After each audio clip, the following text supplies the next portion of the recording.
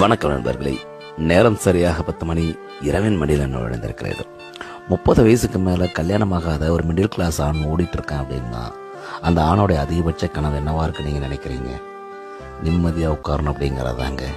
நிறைய சுமந்துட்டணும், தெரியாமல் மோதிட்டணும் அப்படின்ற மாதிரி மனசுக்குள்ள நிறைய கவலையோடு ஓடிட்டு இருக்க ஆண்களுக்கு நிறைய பேர் இருக்காங்க.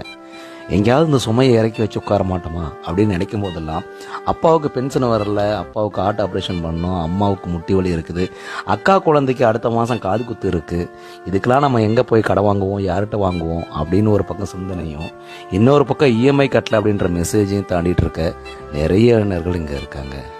அவங்களுக்கு எல்லாத்துக்குமே என்னைக்காவது ஒரு நாள் இந்த உலகம் மாறும் அப்படிங்கிற ஒரு நம்பிக்கையோடு தாங்க ஓடிட்டு இருக்காங்க. ஆமாங்க, இங்கே 25 வயசுக்கு மேலே ஒரு இளைஞர் 30 வயசுலேருந்து கஷ்டப்படுறாங்க அப்படின்னா அந்த இளைஞர்களை தயவு செஞ்சு நீங்கள் எந்த இதுவுமே கேள்வி கேட்டு கொள்ளாதீங்க.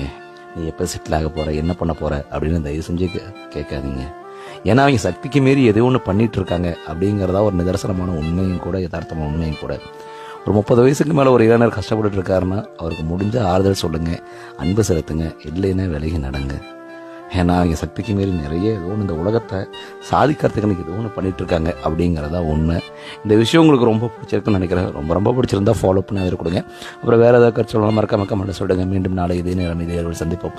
நன்றி நண்பர்களே.